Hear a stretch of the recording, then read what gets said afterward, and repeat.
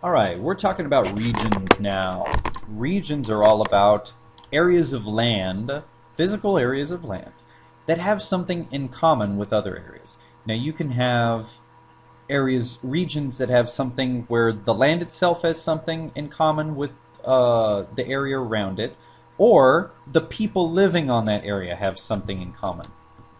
So that's an abstract concept. We're going to go into a little more. You can have climate and vegetation regions. What do I mean by that? You can go to these areas in the world and figure out that, okay, these places all have a common climate. Okay, it is a dry climate. These are desert or just in general dry, hot areas. Okay, as opposed to some of these other climate regions. Then, if you have certain climate regions, you can have vegetation regions. You can see that the world is separated into many different types of vegetation. All the vegetation in these different categories here is going to be similar. They share things in common. Language regions. This is when we're starting to talk about people. Oops. When we're talking about people, language regions help us define where cultures are. If we take a look at this language map of Africa, we can find out lots of cool stuff. That most of North Africa has stuff in common with the Middle East over here, and that we have language regions. Okay, now look, we even have strange little happenings. Like this little bit of purple, a lot like here. Alright, we notice that somewhere along the line, lots of people from here, or maybe even this part right here of Africa, immigrated over to this part of Africa. Why? Because their language is different. They took it with them. So cool. You can have language regions. Trade regions. You can have trade regions. Trade regions are basically groups of countries that have decided to band together so that they can all make a little bit more money off their stuff. The United States belongs to a trade region called NAFTA, the North American Free Trade Agreement. The United States, Canada, and Mexico all decided, hey, you know, we're not going to charge you to bring your stuff into our country. Okay, so they're all going U.S., Canada, and Mexico are making more money just because they decided not to charge each other for the stuff that comes in their borders.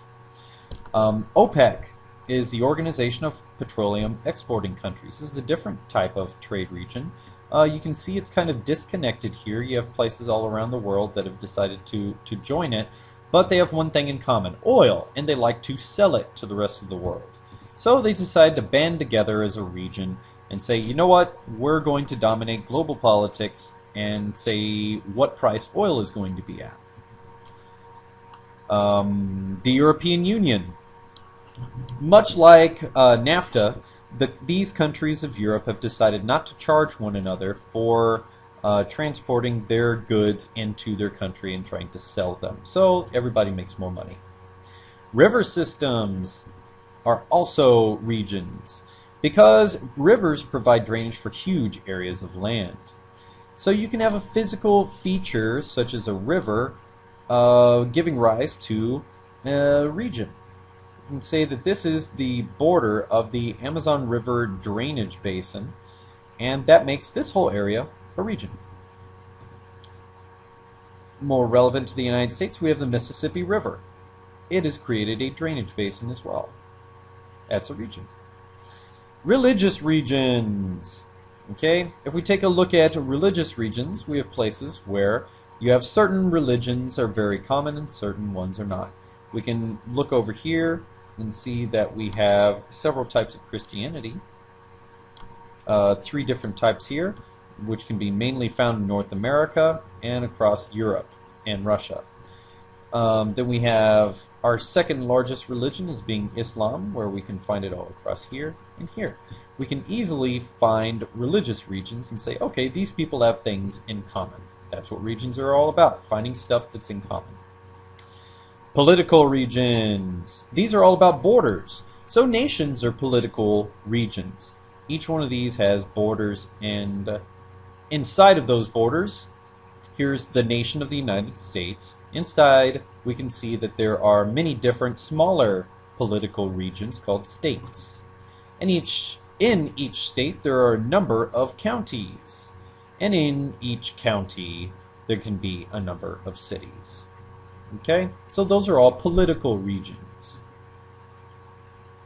Okay, lots of different types of regions. Remember, regions are all about having a shared thing in common.